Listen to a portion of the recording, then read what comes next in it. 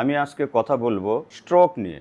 আমি অধ্যাপক doctor Ahsan Habib Helal, neurology বিভাগ, বঙ্গবন্ধু শেখ মুজিব মেডিকেল বিশ্ববিদ্যালয়, মেডিলাইফ মিডিয়ার সকল দর্শক শ্রোতাকে স্বাগত জানাই। স্ট্রোক কি? স্ট্রোক মস্তিষ্কের একটি অসুখ। একটি ভুল ধারণা আছে যে স্ট্রোক হলো হার্টের বা হৃৎপিণ্ডের অসুখ। এই ভুল ধারণাটি আমরা প্রথমে ভেঙে দিতে চাই যে স্ট্রোক হার্টের বা হৃৎপিণ্ডের অসুখ নয়, স্ট্রোক মস্তিষ্কের অসুখ। কি হয় স্ট্রোকে? স্ট্রোকে মূল যে ঘটনাটি ঘটে সেটি হলো মস্তিষ্কে আমাদের যে রক্তনালী আছে সেই রক্তনালী কখনো কখনো বন্ধ হয়ে যায়, অথবা রক্তনালী ছিঁড়ে মস্তিষ্কের ভিতরে রক্তক্ষরণ হয়, তাহলেই স্ট্রোক হয়। যদি রক্তনালী বন্ধ হয়ে স্ট্রোক হয় তাহলে সেটিকে বলা হয় ইসকেমিক স্ট্রোক। আর যদি রক্তনালী ছিঁড়ে রক্তক্ষরণ হয় তাহলে সেটিকে বলা হয় হেমোরেজিক স্ট্রোক। এই ইসকেমিক স্ট্রোক কেন হয়?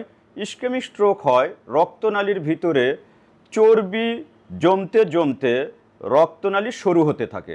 সরু হতে হতে একটা পর্যায়ে গিয়ে রক্তনালী বন্ধ হয়ে যায়।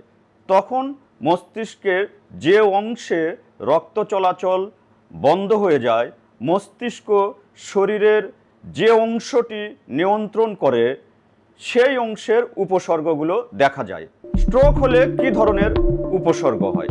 সারা বিশ্বব্যাপী স্ট্রোকের উপসর্গকে সংক্ষেপে বি ফাস্ট নামক একটি স্লোগান দ্বারা পরিচিত করার চেষ্টা করা হচ্ছে।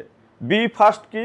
বি অর্থ ব্যালেন্স, অর্থাৎ স্ট্রোক হলে আমাদের চলাফেরা করতে বা কাজ করতে ভারসাম্যহীনতা হতে পারে। ই অর্থ আই, অর্থাৎ চোখে দেখার সমস্যা হতে পারে। এফ অর্থ ফেস, অর্থাৎ মুখ যে কোনো একদিকে বাঁকা হয়ে যেতে পারে। এ অর্থ আর্ম, আর্ম অর্থ হাত অথবা পা, হাত অথবা পায়ের শক্তি কমে যেতে পারে।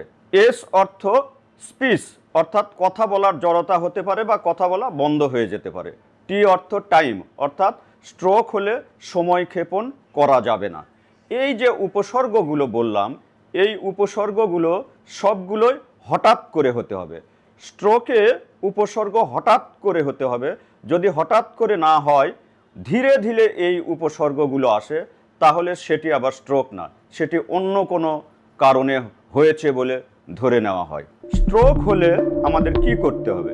স্ট্রোক হলে আমাদের যত দ্রুত সম্ভব হাসপাতালে যেতে হবে অথবা নিউরোলজিস্টের কাছে যেতে হবে। স্ট্রোকের চিকিৎসা নিউরোলজিস্টরা সবচেয়ে ভালো করে থাকেন।